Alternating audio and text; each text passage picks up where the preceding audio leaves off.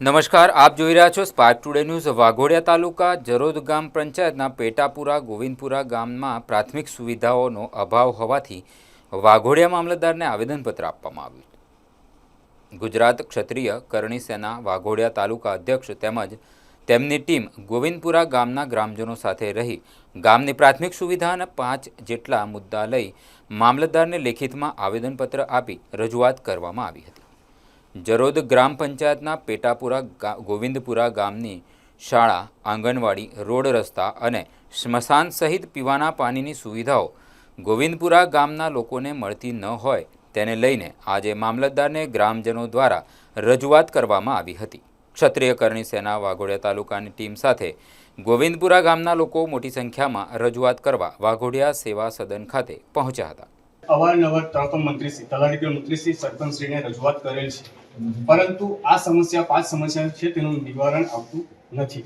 જેથી કરી પહેલું તો છે ગામમાં સ્કૂલ છે જર્જરિત હાલતમાં, કે જેથી કરી છોકરાઓ ત્યાં ભણવા જાય છે, શિક્ષકો છે એ લોકોને જીવલેણ હુમલો થવાની ભય રહેલો છે।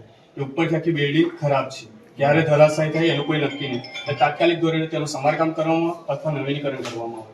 પછી વર્ષોથી તે ગામની અંદર આજ દિન સુધી આંગણવાડી નથી, એટલે આંગણવાડીની અંદર સરકારશ્રીના લાભોથી બાળકો તથા તેમાં ગર્ભવતી મહિલાઓ સરકારશ્રીના લાભોથી વંચિત રહે છે। થર્ડ મુદ્દો છે ગામમાં રસ્તાઓ બહુ જ અત્યંત ખરાબ હાલતમાં છે, તેનું તાત્કાલિક સમારકામ થાય અથવા નવીનીકરણ કરવામાં આવે। 5મા નંબરનો મુદ્દો છે ગામમાં શુદ્ધ પીવાનું પાણી નથી, તેનું તાત્કાલિક ધોરણે નિવારણ આવે તેવી આપશ્રીને વિનંતી કરવામાં આવે છે। આઝાદીના વર્ષો પછી પણ તે ગામમાં સ્મશાનની સુવિધા ઉપલબ્ધ નથી। ચિરાગભાઈ પ્રવીણભાઈ વસાવા, હું ગોવિંદપુરાનો રહેવાસી છું। અમારા ગામમાં વર્ષોથી સ્મશાન નથી, સ્કૂલ જર્જરિત હાલતમાં છે। 2 વર્ષથી 20 વર્ષ પહેલાં ગામમાં રોડ બન્યો, અત્યાર સુધી કોઈ ત્યાર પછી સુવિધા નથી। વર્ષોથી પાણીનો પ્રોબ્લેમ છે, પીવાનું પાણી નથી આવતું હાલમાં।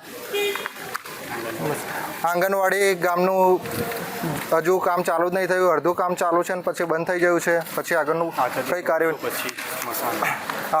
અત્યારે આઝાદીના વર્ષો પછી પણ હાલમાં અત્યારે સુધી સ્મશાન નથી બન્યું અમારા ગામનું। પુરા ગામ છે, એટલે ગોવિંદપુરા ગામમાં છે ને પ્રશાસન દ્વારા પરાના ગામને અવગણવા કરવામાં આવે છે। એ જરોદ પંચાયતનું ગોવિંદપુરા ગામ છે। હવે આ વર્ષોથી ગામના લોકો રસ્તા માટે, આંગણવાડી માટે, સ્કૂલ માટે ઘણી વખત રજૂઆત કરી ચૂક્યા છે। સ્કૂલનું જે બિલ્ડિંગ છે એ એકદમ જર્જરિત અવસ્થામાં છે અને એક જ વર્ગ ઊભો છે, તે હોય ઉપર છે ને બધું તૂટી ગયેલું છે। એ ક્યારે ધસી પડે, છોકરાઓને બાળકોને નુકસાન થાય, એના માટે તાત્કાલિક ધોરણે એ ગોવિંદપુરાની સ્કૂલ બનાવવામાં આવે। તે ઉપરાંત આંગણવાડી પણ વર્ષોથી કોઈક આંગણવાડી બહેનના ઘરે બાળકોને બેસાડવામાં આવે છે, એ તાત્કાલિક ધોરણે બનવી જોઈએ।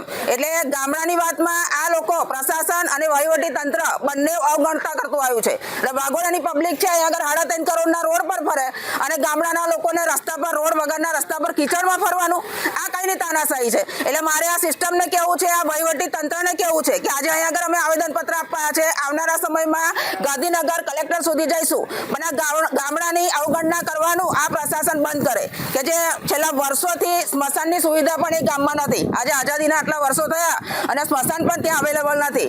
એટલે આ પ્રશાસનની કામગીરી એવી છે કે જ્યાં સુધી કોઈ મીડિયા ના બનાવે, મીડિયામાં આવે ને ત્યાં સુધી આ પ્રશાસનની ઊંઘ ઉડતી નથી એમ। એટલે હજી તો વાઘોડિયા વિધાનસભા ગોવિંદપુરા સિવાય બધા કેટલાય ગામડો છે કે જ્યાં પ્રાથમિક સુવિધાના નામે આ તંત્ર બધી પ્રાથમિક સુવિધા અપાવવામાં નિષ્ફળ ગયું છે। એટલે મારે આ તંત્રને કહેવું છે કે ગામડાની જે સુવિધાઓ છે, પ્રાથમિક સુવિધાઓ, કે બાળકોની સ્કૂલ હોય, આંગણવાડી હોય, રસ્તા હોય, એ બધાને પ્રાથમિકતા આપવામાં આવે અને એ તાત્કાલિક ધોરણે અસરથી એ સ્કૂલ અને રસ્તા ગોવિંદપુરા ગામના બનાવવામાં આવે। આપણે રજૂઆત તો કરી છે, પરંતુ આ સંબંધિત જે કચેરીઓ છે ત્યાં સુધી આપણે લેખિત કે મૌખિક રજૂઆત કરી છે? મૌખિક અને લેખિત પણ ગ્રામ પંચાયત, જરોદ ગ્રામ પંચાયતમાં લેખિત ગોવિંદપુરા ગામના યુવાનો દ્વારા કરવામાં આવી છે, પણ સતત એની અવગણના કરવામાં આવે છે।